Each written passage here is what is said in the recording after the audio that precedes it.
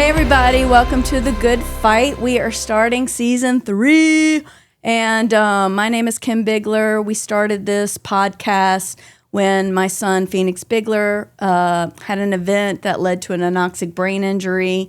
And if you want to listen to those episodes, that is season 1. That's the first 8 episodes. And we were just telling our story literally as it was unfolding. And it was the best thing we ever did. It helped us to process what God was doing in that and documenting that so that other people can find comfort and realize there is a true, like faith is war. And so I didn't realize how much faith was war because nobody actually prepared me for war. And so I always wanted to continue this podcast and just to kind of capture other people fighting the good fight of faith, because it is a fight. We do have to wear armor. There's a reason why the Bible projects it as so. And we don't hear a lot about the valley times. We don't hear a lot about being in the fight until after the fight is kind of gone. And so we get this like cleaned up version of testimonies. And I really wanted a space where people could come on and as they're living or relive the real, the raw, and the redemptive part of their valleys, their fights, their war. So it's like, how does God help us to overcome when all seems lost and all hell breaks loose? Those were the stories that I was interested in still doing. And thank you to the reminding because they were interested in capturing these stories as well. And that's why we are still here. So they make this ministry a reality and a continued reality. So we have a lot of great lineup. And then I knew, and I've been trying to pull these people in for a while now, but you have the Cottons on today. Okay? Now, a lot of people know Courtney and Ryan Cotton, but I'm going to have them tell their story. And they have been walking through something we actually have not covered yet, believe it or not. And they have been walking through the war fields of cancer. And something a lot of people are going through, have gone through, continue to go through. And so they're on, especially when it involves a child. Man, it gripped my heart. I met Courtney, and I, met her daughter, who's precious and called, by the way. That girl's a warrior. Talk about on a war field. That her mom's a warrior, but she's a warrior. And but I just want to welcome you guys on, and I know that a lot of it people don't understand. It's just like as caregivers and on this fight, especially in the medical fight, in the medical war fields, we're busy. It is, you never know when you can come on something like, you never know when you'll have time for coffee, to meet a friend, to go work out, because there's always, it seems to consume every second of every day. And I know that you all have had to live that. But as I start off with everything, I first want to talk about, first of all, I don't know how anybody deals with this stuff, especially what you all have without faith. I don't see how anyone would not know how to lean on something higher than themselves for the stuff that you all have gone through and continue to go through. So with that said, how is that faith instilled? Courtney, you can go first, and then Ryan. But I always like to know, because with people maybe that are listening that haven't had any faith or didn't grow up in the faith, that how does that come about? Was it your parents that instilled it in you? Was it in the moment when cancer was said? Did a lot of people come to know that there's something higher, someone higher, like the Lord, when you go through the valley? So I want to hear a little of those stories, and then we'll move on from there. So for me, I grew up in church. I grew up Landmark Missionary Baptist Church, fire and brimstone. So while I've had to undo a lot of that in my head and learn, what faith really is to me, there's always been a foundation there. There were seeds planted, not by my grandparents, my grandmother. My mom died when I was 5 in a car accident. So my grandmother raised me, her mother, and my great grandmother, you know, both of them. That's a story in and of itself. Yeah, it is. So there were seeds planted. So I was always in church, Sunday morning, Sunday night, Wednesday night. Of course, I strayed a little and came back. But it was really with her cancer diagnosis that the words and the verses and the Bible and the teachings my whole life became real. Like, whoa, this isn't just something that I'm doing, you know, to be doing it. Everything became real. Spiritual warfare became real. You had to use it. It became real. And I don't think that I wasn't really taught that part growing up. It was agreed. Just yelling at me and telling me what I did wrong, pretty much, you know, growing up. Jesus loves you, be a good girl. Right. I mean, really. And so when everything became real, and I don't want to say like I realized the power I had, but I realized the power I had through. Sure. And the words I spoke and the thoughts that I would think, and just everything became real, and that in itself was a journey. And I'm still figuring it out. Me too. And there have been a couple instances in Juliana's journey and our journey where it's like I came to a place where I realized you got to make a decision right here. You're going to trust or you're not. You're going to have faith or you're not. You do have to make a decision. decision. And it feels very critical. Like you got to right here, right now. So pretty much I had the background. I had the seeds planted. Thankful for that, regardless of what I had to undo in my, you know, learning and my coming to Christ.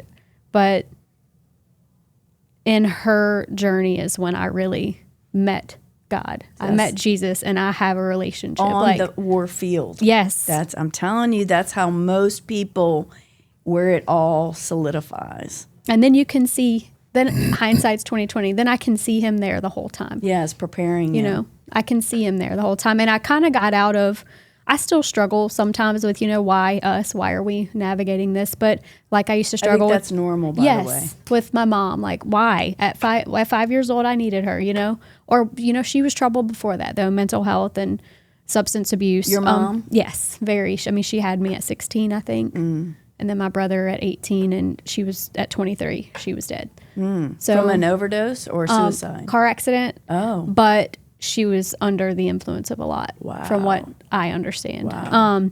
I don't have a lot of memories of her because I think I hear she loved you, and I believe it. Yeah. But she's just troubled, you know. Right. There's generational stuff there that I'm trying to break off with her mom, with my mom. It tried to come in with me, and I'm like, no.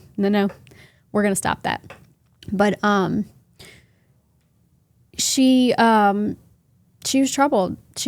So I kind of I realized that growing up I would kind of play victimize myself, like why. But since going through this, I've been able to kind of not let go of that all the way, but realized he was there the whole time, and there's been a plan the whole time, and he can be trusted now. Yes, in everything with my daughter, with my son, with just everything we've walked through with our marriage. Because I mean, how does a marriage still stay intact after a cancer diagnosis of a child?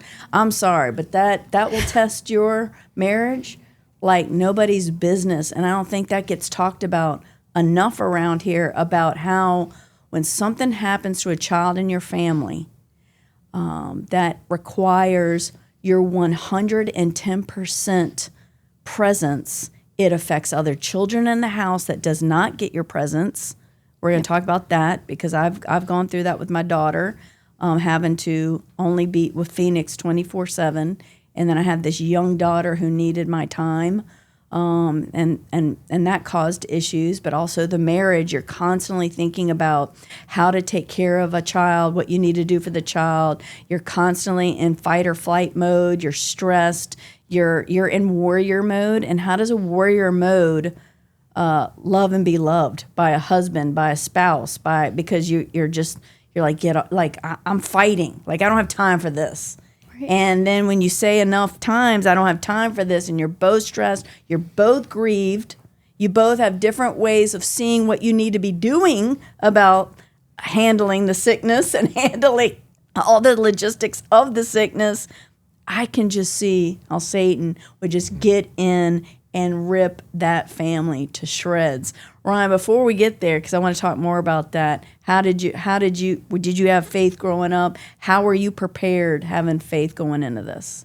So I guess my story is a little different. And I guess, like Courtney just said, she realized the power that she had in Christ. Well, what I was confronted with constantly was the power that I didn't have in this situation. Because as the husband, as the father, as the man of the house, I'm the one that should be able to make sure that everything is taken care of. And I realized quick that I had no power. Wow. And that you had to relinquish it. It was that or nothing. Jesus, that's deep, Ryan. Yeah, it was. I just got goosebumps on that. It's hard whenever you constantly wrestle with God, and you're constantly questioning why. What are you doing? What did you do? What didn't you do? Like, how did she get cancer? Well, you should have done this. What about this? What about, did it happen in the womb? Is it something that I ate? I can see how. Your mind will go in a million directions. And for me, as an analytic thinker, I'm trying to process and put pieces together and like, well, we've got to do things this way. We've got to do it this way. And it came to a point where I realized that I had no power, that I couldn't do anything. And if I wanted to get through it, I had to rely on something else. I had to rely on a greater power. Wow. Because I didn't necessarily grow up in a church-filled home. Sure. We weren't not Christians, but it was there. And I would go with friends, or we would go when it was a holiday or something special. Sure. But it wasn't something where it was really instilled in me. And so I drifted out. And then I think it was when I was around 30, in my previous marriage, going through some difficulties. And my manager at the time invited me to church. And wow. I love when I hear stuff like that. And from that point forward, I restarted my path and trying to figure out who God was and what his plan was for me. That's amazing. And through that, what I thought I wanted and what I thought the plan was, and that I was pressing forward towards, wasn't what his plan was. So it was a constant battle of, well, I'm doing this, but I'm not getting what I feel like I should be getting because I'm doing all the right things. Right. Earning. Yeah, it's like I'm not getting what I think I should be. I'm putting money in the piggy bank here, Lord. Where's my payout? Exactly. Yeah. And so same, by the way. Yeah, I'm saying this in jest because I get it. It's like if I put gas in my car, it should get me down the street. It should get me down the street. And it's not. Maybe I'm even getting hit harder. Yeah. Exactly. So that's kind of where I restarted. And then I met Courtney, and then our journey kind of started from there. And throughout this process, I really think that challenging God and realizing that it was okay to challenge and surrender to him was part of the process. Nope. I don't think there's anything that says I can't challenge and question why things are happening and be mad about it. Because there were certainly times that I was mad. I was mad. And I mean, people don't understand. You can have faith and still have moments where your just fists are up in the air. Right. It's because in my head, it's like fists up in the air and then fists come back down open, then fists up in the air, fists are down. I think in my head what my idea of a relationship with God was he was the authority, and I just had to surrender to everything that was going on, but that's not a relationship. That's right. So I had to realize that, okay, we're going to work through this. There's a wrestle here. And, okay, I know what I want. Is it what I need? And a lot of times, especially through this, we didn't see it until, we still see it every day. It becomes more and more clear, the vision of why things have happened to us and the result of that happening that has now brought us to here, and how we're more equipped now to walk where we are compared to where we would have been. Because you you would have asked us 3 years ago where and how we would have helped families and been able to be a voice for children with pediatric cancer, and I would have looked at you like you were crazy. Right. And I think it was just part of everything that we go through. It builds us up to another part of our lives to where it's not easy. Yeah. But it's worth it to a degree. Right. It's a costly perspective. Yeah, because I tell people that all the time. I'm like, I'm sitting here, if I'm invited to church to talk about Phoenix, our testimony, whatever it is, I said, this is a very costly testimony. So I'm not here I'm here, and I've said yes to the Lord. Any open door, I will speak about it because it cost me everything. Right. And so I get that it's very costly. So how can we, because it's cost us so much, how can we not You have to use do it? something with it. You have to do something with it or it beats you. And that is not why God has allowed it. Because I'm going to go there. I'm going to ask, why does a God allow certain cancers to be healed? Certain people are healed, certain people are not. We're going to go there. But before we go there, can you tell us what led up to the diagnosis? What were the symptoms? What happened in the room when you were told what it was? I want to know, like, the practicals that people who don't know your story, what happened, Ryan? And then we'll go to Courtney. So Juliana was diagnosed January. And Juliana is your Yes, Juliana. It's now is 6-year-old. 6-year-old Juju. daughter. Is our girl. Juju. She'll be 7 in September 10th. And this all came about when she was Three. Three. Okay. Yeah. So the diagnosis date January 14th of 2022, but it really started, I would say, October, November of 21. The symptoms, the something's not right. Yeah, it's like we What knew were the something. symptoms? Mostly- Constipation, Yeah. her belly pain, like just More than a stomach ache. Yeah. Yes. To the point where she would wake up in the middle of the night screaming, Okay, that, my belly. wow. it hurts. She would say it hurts so baddie. Like that's what she would say. Those were her words. And she would scream out, Nini, help me. Nini, help me. Yeah. What we don't. There's no one in our family named Nini. Really? And all that I can think about is who Nini would have been. And I honestly feel that Nini was Courtney's mom. Wow. He hasn't told me that. Till just now. I should have warned y'all that stuff comes out in this room that no one's ever said before. Because Yeah. that's what the Lord kind of does. So, But she would scream that in the middle of the night. And she would just Wow. wake up constantly. I'm in pain. It hurts so badly. And we couldn't figure it out. And of course, we go to doctor visit after doctor visit. And this is not prime COVID, but still in COVID, in the COVID time of our lives, where she went in, had her tested, and I was like, whatever you do, don't have them test her for COVID because they're going to say it's COVID. So I remember I was driving over the bridge in Covington, and she so calls me. cancer was not Oh, no. You thought she just had a stomach virus.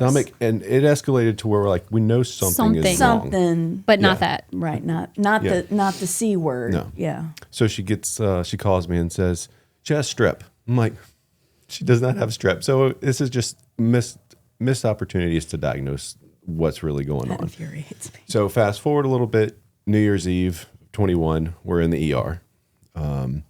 Do ultrasound, they check her out, said that she's constipated, send us home. Okay, we know that that's not right. No, because I had given this child every possible. And yeah, we've given her everything. And I can remember the ultrasound tech at the time was going back and forth with the wand. She couldn't find what she was looking for. Well, the reason she couldn't find it is because the tumor was A blockage. 13 centimeters wide. And Yeah. it was, So I even know couldn't that just see by anything. listening to Yeah. y'all for the first time. Yeah. You It was couldn't couldn't see anything but Yeah. this Thing. mass. so it was missed. And then a couple of days later, we finally get her in with a Lab work. Oh, with yeah. a gastro. Dr. Giefer, Yep. I will forever Yep. have a heart for him. He ordered the lab work. Well, we walked in and he said, I can see the defeat on your face. And he said, look, I'm a doctor, but I'm a dad first. So I'll order everything you want me to.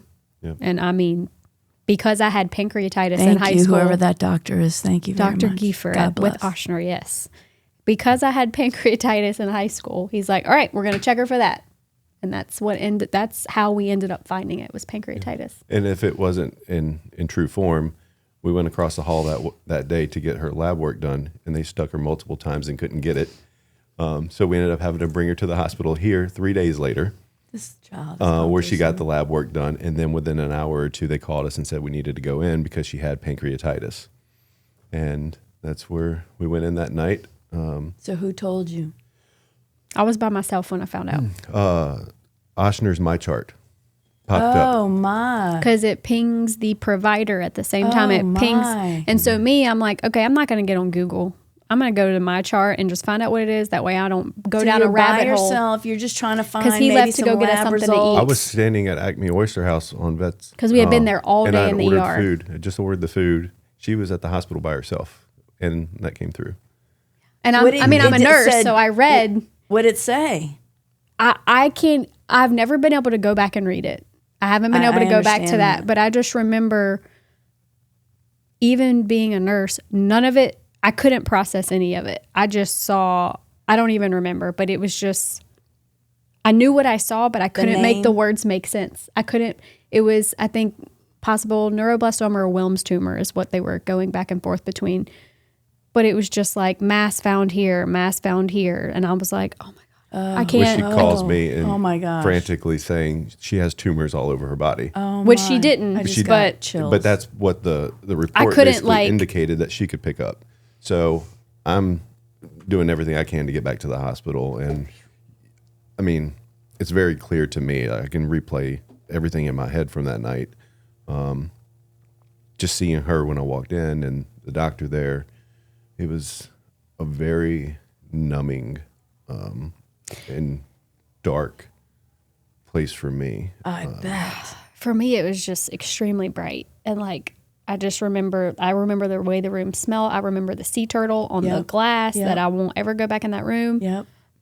I remember, I don't even know how to describe it, but almost feeling like I separated from her. Like, Yep. oh, I'm going to lose her. So I've got to protect, we've got to That's separate. interesting. And that's a terrible feeling with your child No, where I but- feel myself like, Yep.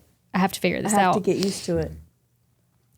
It was terrible. And then kind of coming back a little bit, but Were you mad at God?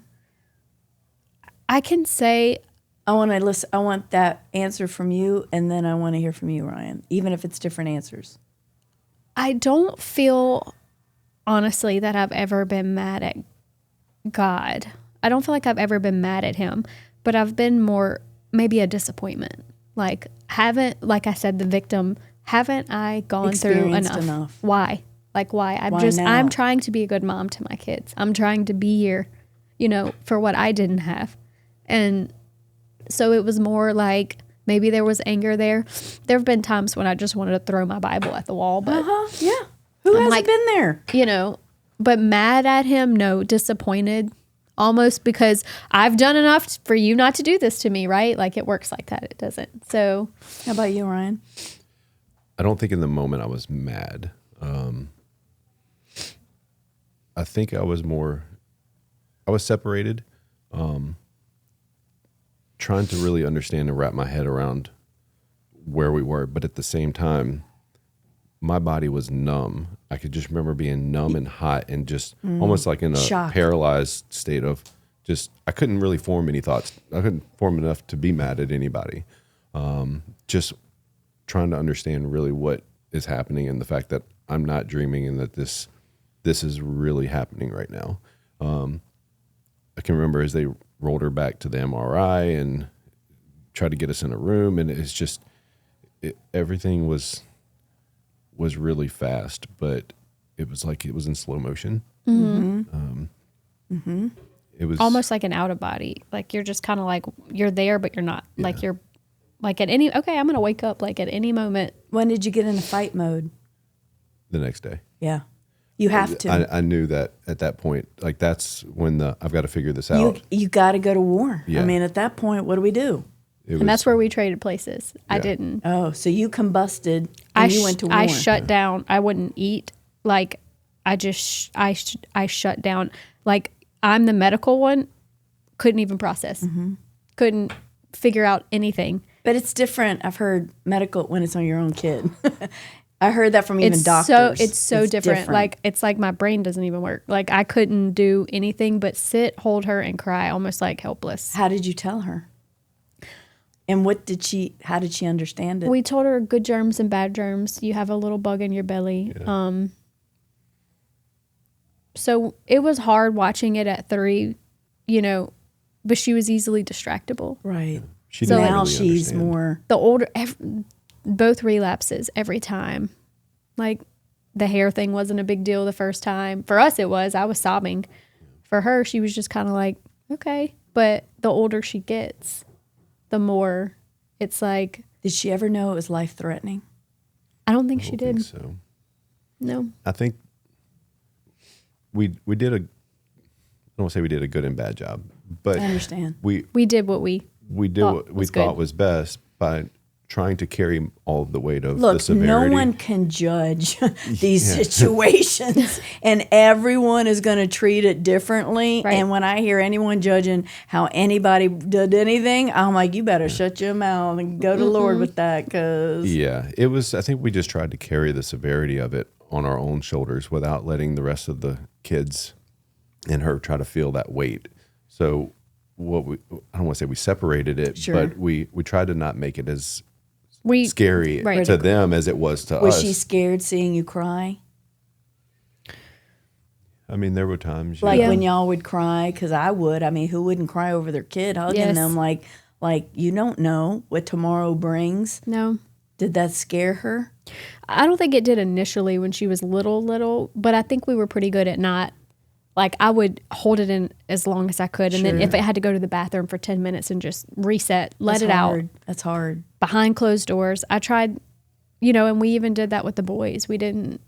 I feel like we should have brought them and let them see some of it, because what they concocted in their mind, who knows, So So after this, she had to go through all the stuff, right? chemo the first time. Yeah, so she did all chemo. How did she do through this? How did she do emotionally, physically, mentally? Physically terrible. I mean, we kind of, for me, based on previous traumas, I feel like I have a really good ability to block things out, which You have isn't to. which isn't a positive trait. No, it's survival, though. Right. You're trying to survive. right. But I can tell you that every day that I let fear get a little piece of the inside of my brain, it brings me back to that place of all of the emotions of her waking up in the middle of the night throwing up, her skin and bones, her screaming, her just feeling and being miserable. 2 a.m. ER trips. And You never it knew was- what night it was going to be. And if she spikes a fever, you got to get to the hospital because Immediately. of the port. I mean, And she had no immunity, no immune system. yeah, I mean, we separated ourselves from the rest of the world. And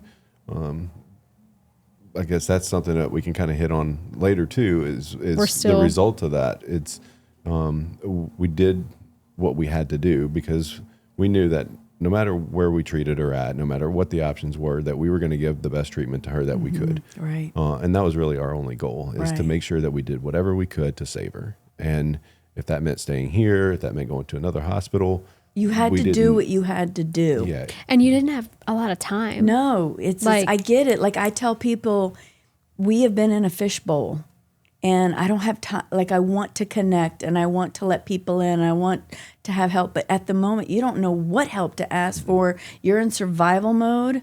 Like, bring just food. Wherever we are, just find a way to bring us food. That's the only was thing I amazing, can yeah. tell people. That's what I would say when people would ask, and genuinely they wanted to help. But I'm I like, would say, pray, my kid like has your life's cancer. defendant- yes. I can't even think of what I would need. I can't don't what do I need? don't ask, what do you need? Don't ask that ever. Pray about it. If God puts it on your heart, do it. Yes, and just do it. Like if he says bring a big jug of sweet tea because somebody there really needs sweet tea today, do that. Don't Right. ask if they want. Don't ask if they like sweet tea. Just drop the sweet tea off at the door. Right.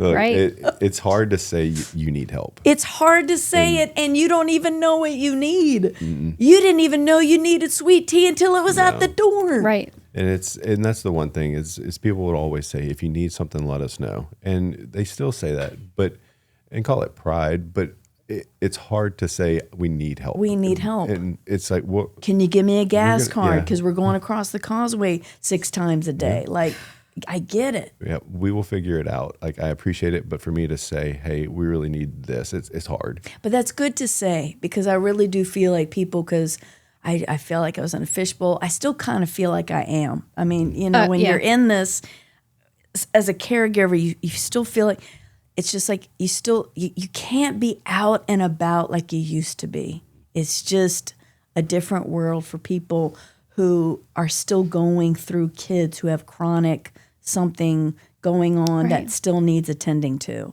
And there's ebbs and flows, just like in a brain injury for cancer, these ebbs and flows of treatment, and you're constantly kind of on point, like bags packed, ready to go somewhere, because you have to be ready. Right. And we've had the ball drop too many times where now I'm always ready. Like, there's not a relaxed, like, I have ebbs and flows of being relaxed, but Like you said, peaks and valleys. Peaks and valleys. We're constantly, I said, it's like, I've always said, it's like we're on a roller coaster. Like, we come up, and then as soon as we feel good, we get brought right back down. Yes. And it's constant, because like 2 nights ago, Jew was saying that her back hurt, and we're high. Oh, man. And in the second Because she you has hear scans that, Tuesday coming. it takes you all the way down, and then it's like it sucks the air out of you, because what if we go back here? We can't go back here. She can't go through any more of this.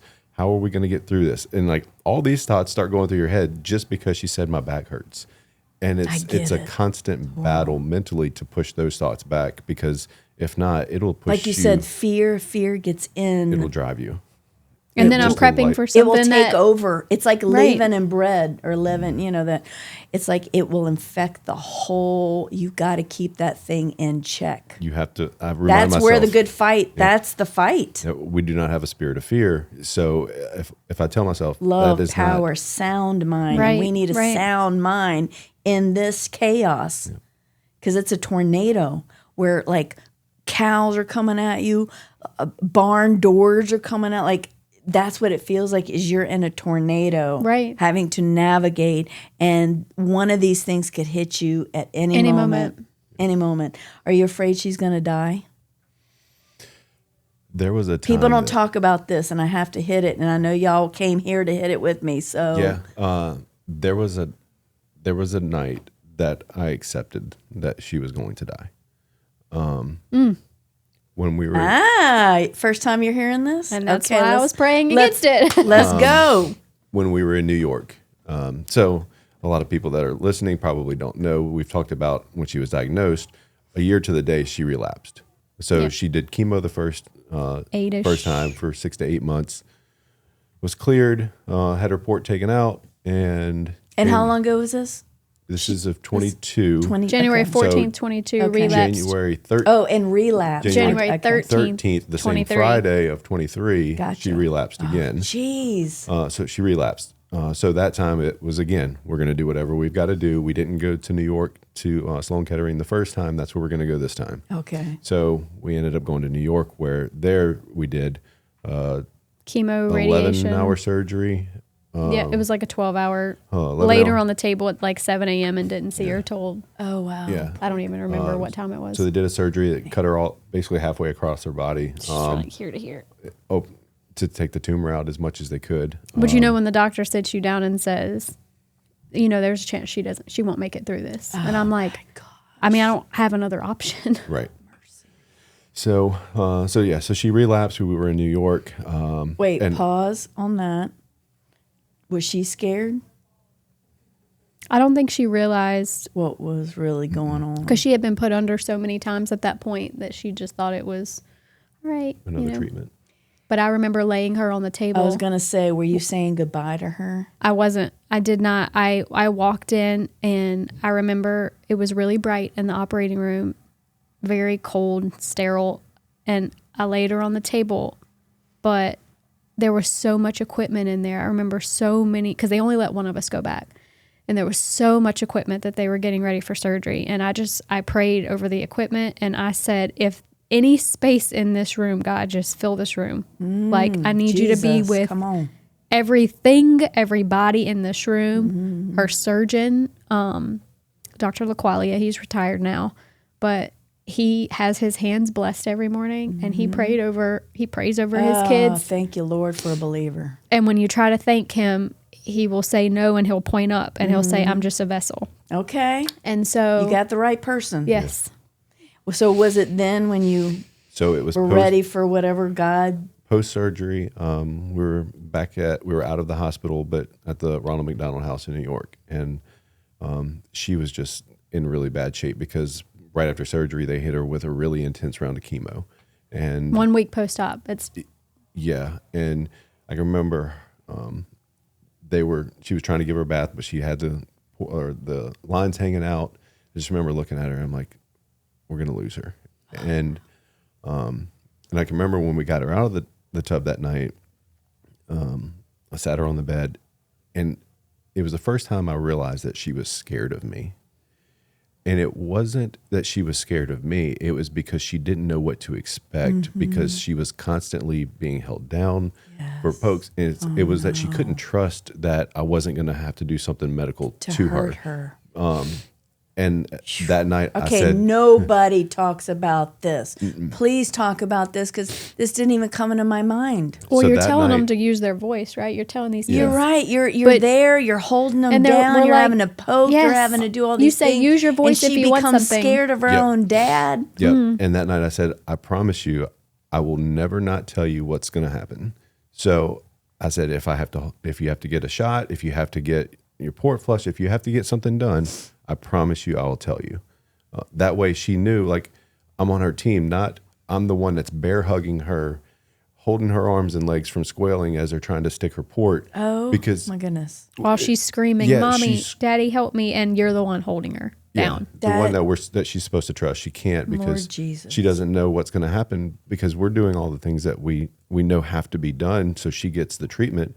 She's not wanting the treatment. Of course. She's doing everything she can to get out of it. She's a child. How does she process that? So she knows she feels bad. She knows she's constantly getting poked, and it was to the point where she didn't know if it was going to be a time where we were going to have to hold her down and surprise her with medicine or something. She didn't know. So she was just on guard always from her own parents. And so her reactions were, she would just lose it at the drop of a dime. And we'd have to sneak her in a room because we knew it was a full meltdown. And how can you help it? I mean, that's a no-win situation for a parent, because that's trauma. Right. But that's trauma she has got to go through to save her life. But as a young person, you don't know. These kids, though, there's a little girl in clinic. I have to believe that God is helping them. And that goes back to your question earlier about how was she emotionally. And I think that we're still learning that, because maybe last week, she saw a picture that was from us in New York, where it's me, Court, and her, and it's like a bluey background, and she started crying. She was sitting on the island, because she climbs on the kitchen island all the time, and she's sitting on top, and it was in my devotional book, and she pulled it out, and it was just a happy picture of us, but it's almost like she remembered. And she just jumped off into my arms and squeezed me and started crying. And I said, what is wrong? What is wrong? And she said, I just love you so much. And I said, okay, but why are you saying this? And she said, because of all the times you've prayed for me. This was last week. And we're just in the kitchen, a normal day. So she knows more. She knows. Than the Lord's been talking to her. Yeah. He always has. With the kids. He's with them closely. There's been quite a few times that I've just known, I'll walk past her room and she's got her hands up with her praise music, or Lord Jesus. And I'll say, hey, if you need to tell me something, are you getting some inside info? Living room, I could see it. Yeah. She's been with the Lord, and the Lord is with her. When she was first diagnosed, I remember before she even lost her hair, she looked at me, and we were in the hospital 3 days, and she goes, can you tell Jesus I feel better? said, Thank you, Yeah, she's Lord. like, I don't need treatment anymore. She said that a couple times. I feel better. I feel better. I don't. Like, I know. I think going back to do we think that she was going to die? Right. And I wrestle with the thought of people will say, you're blessed. Like, so blessed that she's still here. And that gets me because what does that mean? People say that about my son too. So at least he didn't die. And I'm like, so does that, don't ever say that to anybody. No, it doesn't. Does that make us blessed, and then the family that lost their child isn't? That's what I'm saying. That's hard. That's so hard to. I was going to ask that next. Like, so our prayers were blessed, but that's such a sticky. That's a sticky because you can't go to the support groups where they've lost kids, and then you don't go because it's almost like your kid is still here. And we did. That's I started out with one, a grief group, and it was kids that had passed, and I realized this isn't the space for me because they need to grieve in whatever way they need to grieve, and nobody talks about this. I'm hindering with these that grief groups. there I could have see to be kind of those who are still walking through, maybe further out. Right. I think all you could, but initially and we can see both. It wasn't authentic. They right. needed to grieve in a different way than I did. And I could see how having, I could see where that would take on a different tone. And it comes down to, I think everybody has battles. And it's not that my battles are greater than anyone else's. Our battles are just different. And we're not necessarily blessed that she's still here. And all that I can come up with is she's still here. There's and still a story. While we're blessed that she's here, it's because her specific mission and our mission isn't done yet. Right. While someone may have passed away, it's not that they're not blessed. They're still blessed, and they're still healing. It's just not. healing from And it. their mission is still different. being carrying, written. yes. Yeah. So it's just that we have different paths. One, I think when you pray for healing, you have to know you're God- always healed. Yeah. It's just if you're healed here, you're not healed forever. Yes. Here. Like I tell people, because they said, this whole name it and claim it, you can claim healing and blah, blah, blah. What anybody thinks about that, I tell people that's not actually what happened. Like when I was in the cop car and I was and the Lord told me to have faith, I mean, it was like he gave me eyes to see what he was going to do already. And I knew Phoenix was going to be okay, but I knew I had to fight for it because I knew people who weren't working in tandem with the Lord at that moment, like doctors maybe who weren't believers, who were telling us to pull off nutrients. Like I had to stand in that, but it was like I tell people, but it's something he told me. I saw what he was doing already. Does that make sense? Yes. And I think that's where people is again, I don't know how all that, the healing, like you said, works sometimes. I just know I've prayed for healing and people have not been healed. I've prayed for myself for healing and I've not been healed. But then there's other things like my son is just an obvious miracle, but it's like I just feel like God's will is God's will. Yep. And our job is to contend and pray and believe. And state his promises, but ultimately it is God's will, the result. And it's God's prerogative, the result. It's hard. And it's hard because that's where the surrender, yep. Whether he gives and he takes away, blessed be the name of the Lord. And that's a hard prayer. That's a to hard surrender. prayer. I surrender her to you regardless. I still fight that. So that's what I was asking, wrapping it up, So I can remember just on have that. y'all surrendered her? Yeah. No matter what? Because I remember she asked me one time, she said, "Are you praying?" And I said, "No." And my response was, because I don't even know what to pray for anymore, because I'm praying and That's my legit. prayers are not being answered. That's legit. And now that we went through it 3 times because she ended up relapsing again, it was like, what are the point of my prayers if they're not working? I can't imagine getting this news 3 times. Yeah. So it's Does it chip away your faith each time, or does it? Not mine. I So get y'all are processing it differently. It brings me back to questioning why, and it brings me back to a place of, instead of, I don't go further away, but I have to reevaluate. Okay, where am I at right now, and what is That's legit. What am I supposed to be doing? Because I thought we were past this, God. Like, I thought that we've healed her, and that now her story is this, but now we're gonna add to it. it's just like rerouting. Yeah. You know, like it doesn't chip away at my faith. If anything, I can say I don't even know that I had faith before that, because it's genuine, it's real. I've been stripped away and only had him to rely on. That's it. So I just feel like I do have to go deeper every time. I go deeper, and I leave some stuff behind. I let go of a little bit every time, you know? Ryan, this is a real question here for you, because I can see it. I feel like I'm gunning over here. It's probably a little there. bit. Yeah. What we got? Have you ever said, Lord, take her if she's going to endure more pain?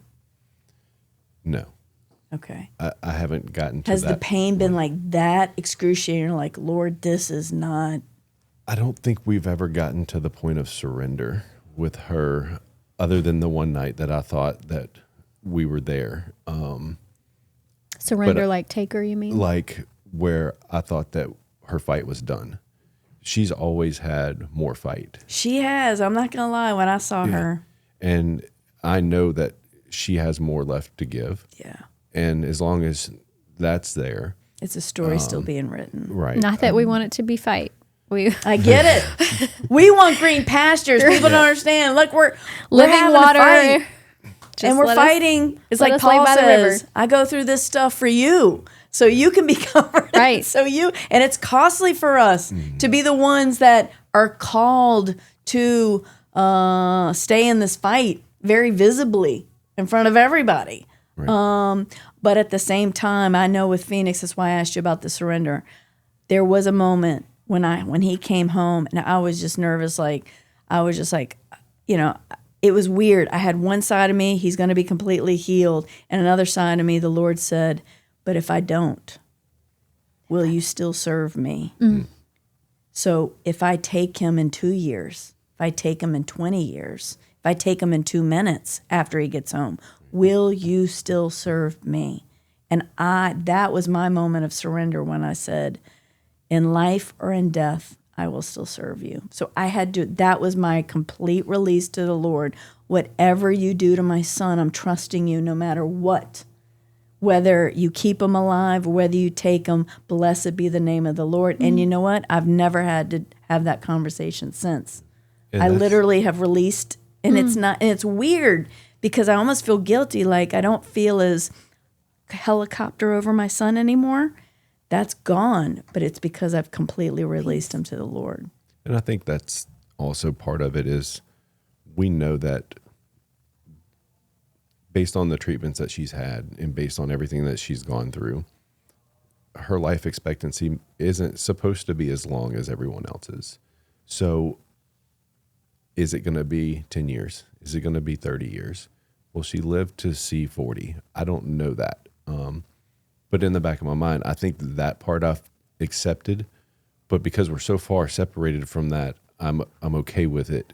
Just knowing we're going to get to the next milestone. And if I can keep pushing and we can keep getting her to 10 years old, 15, get her to graduate, get her in college, get her married, let her have kids. Right. Like that's Just one step at a time. I just want to keep step going at a time. Yeah. So I know that. And I can't even go there in my head. Yeah. I can't go there because that's where our fear comes in. I Right. just stay on the step that you're she's on. 6 years old today. That's what we're doing today. She's 6 years old today. I can't, when I go there, I have no control over it. After that, it just, phew. I see the We're very finish line, different. Yes. and that's all I'm worried about. Right. I don't let myself think about everything that's in between there. It happens from time But I to think time. husbands and wives do process differently. I do. we're never in the well together, Right. thank goodness. This 'cause is why I'm glad both of you are on. Closing up, I do want you just quickly, because I know that, I wish I need another segment with you guys. But just touch on, marriage real quick and your other kids, and then close with, if you would, where are things today? What's the good that God has brought out? What do you want people to know listening to this of any, thing that you're a walkathon or whatever you guys are having? I want to know all that. And then if you all could pray as we're winding up, pray for folks out there that are dealing with the same things you are. And then we'll end there. Yep. Marriage. Oh, we're going to end on.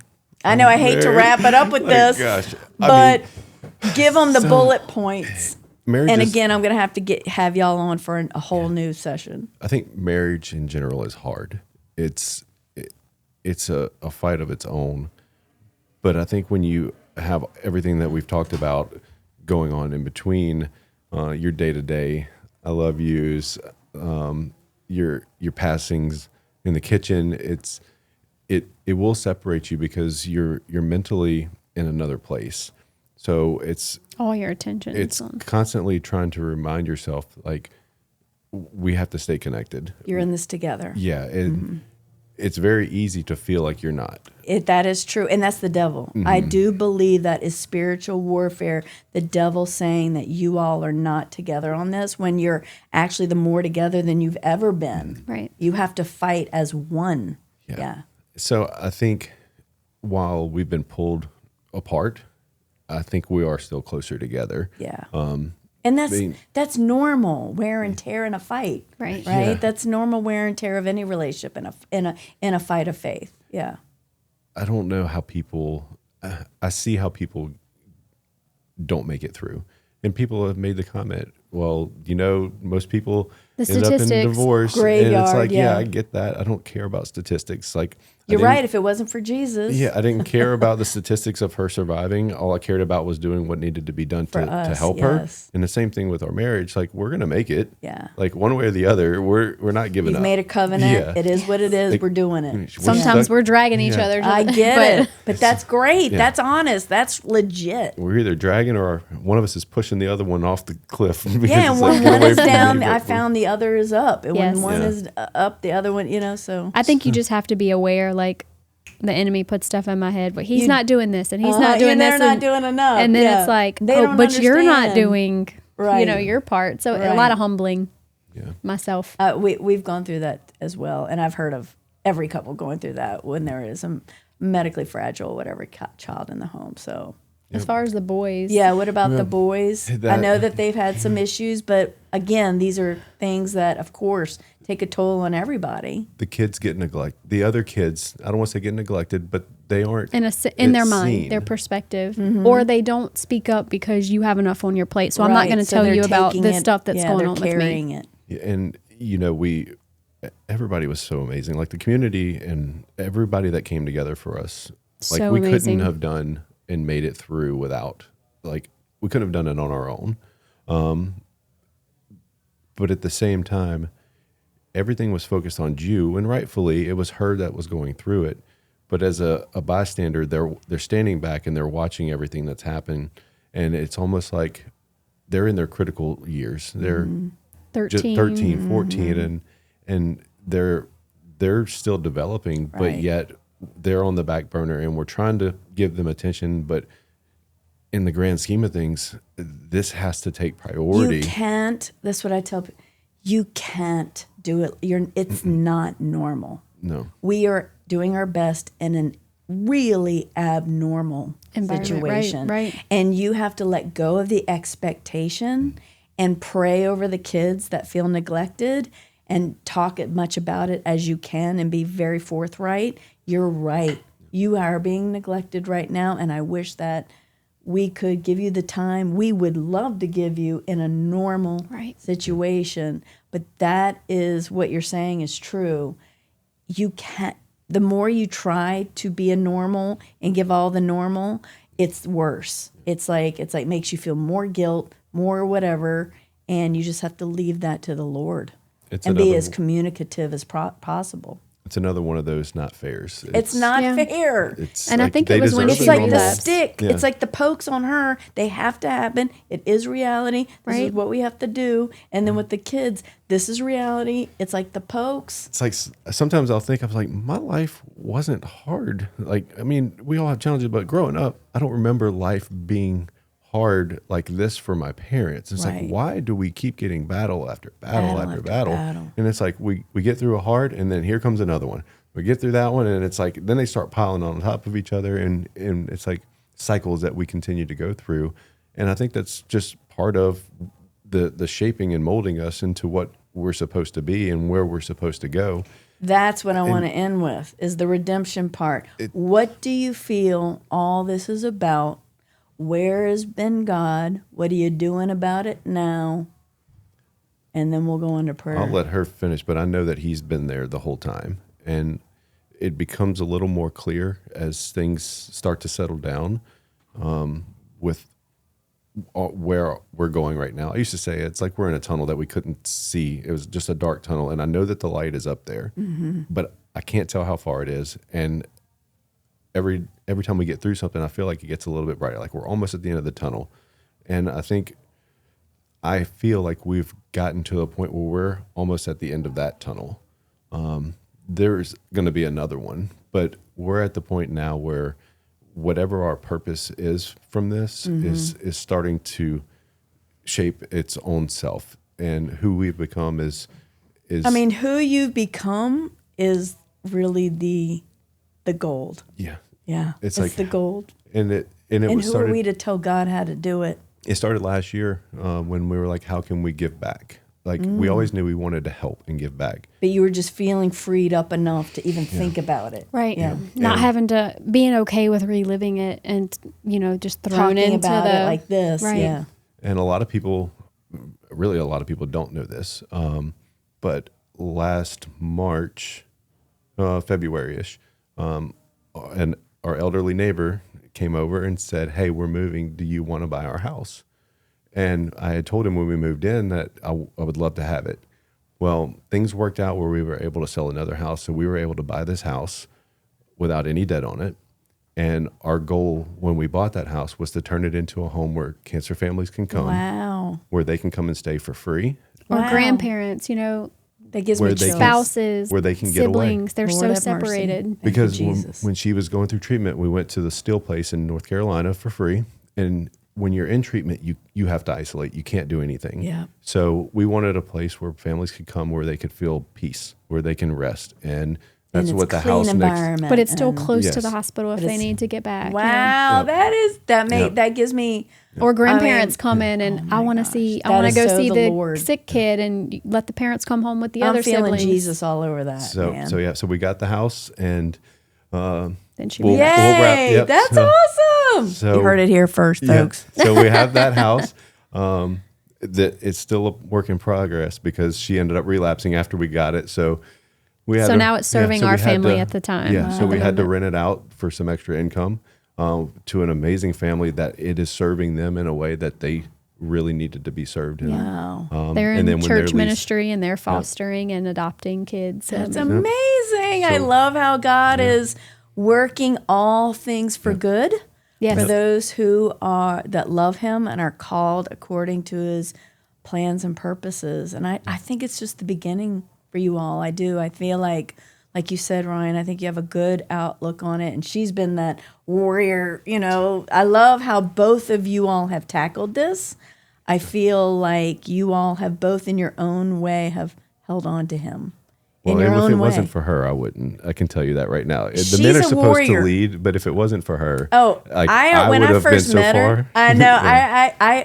I remember when I visited you. I think it was like a year ago, whatever. I remember feeling that. I'm like, she's holding him in. Oh yeah. And- Oh yeah. That is not I a just lie. felt like you were checked out at the time, and now God's showing me how to get out of his way. Like, move over. But I also feel you really dialed in right now. So maybe that's just me, but I feel like something's changed in you. Oh. You're wearing something different in your spirit that I felt.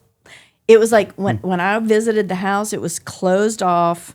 Don't talk to me. I'm in my own world. Like, don't look at me. Don't talk about it. I don't want to be in the room talking about it. And I was like, ooh, okay, I'm staying out of his way. But here, I feel a different. I feel him. Right. I can see you now. I can see you.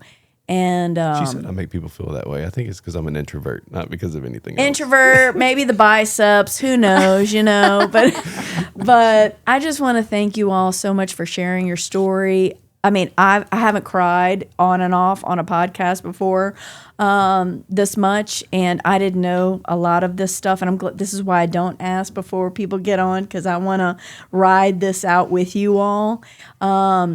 If you all could give just an encouraging word to families and pray us out, I'd appreciate it. Whoever. What do you? Go ahead. Want me to- Encouraging word, just How about you encouraging word and you pray us out, Ryan?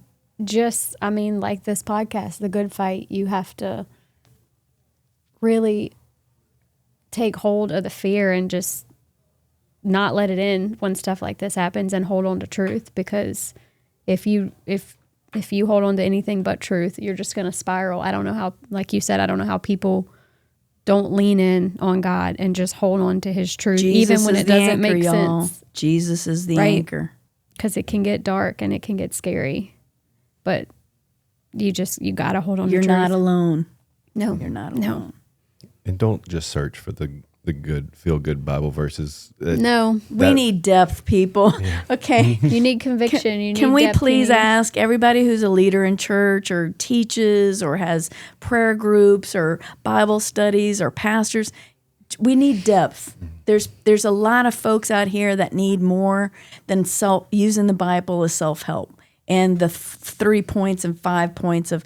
We need depth. So I think that's something we can ask on this podcast, and we need something deeper, something real. Ryan, you want to close us out in prayer? Yeah. Pray for all those families too that maybe walk in your journey. Lots of them. Yeah. Dear Lord, first we want to thank you for today. We know that every day is a blessing, and we know that what you've given to us, we couldn't have gotten on our own. And we thank you for that, even though it may not have been the easiest and that every day may be challenging. We know that you're walking with us. And Lord, I just ask that with the families that are currently fighting, that you stand in the gaps with them, that you stand with them and protect them. Watch over the children. Lord, we know that cancer isn't something that's easy. We know that life in general isn't easy, but we know that with you and with your guidance and with your grace and mercy that you can help us push through, as long as we keep our eyes on you and remember who you are and what your promises are. Lord, thank you for Kim. Thank you for everything that she's done, for the reminding, for them opening up their space to us today, and for this message. We just hope that it reaches someone, that it makes an impact, that it helps whoever it may be in whatever part of their life that they're in today, Lord. And we just give you all the thanks. In Jesus' name, amen. In Jesus' name. Thank you all for coming. Thanks, everybody who's tuned in, listening to our message. Continue to fight the good fight. Jesus is your anchor, and you are never alone. Take care.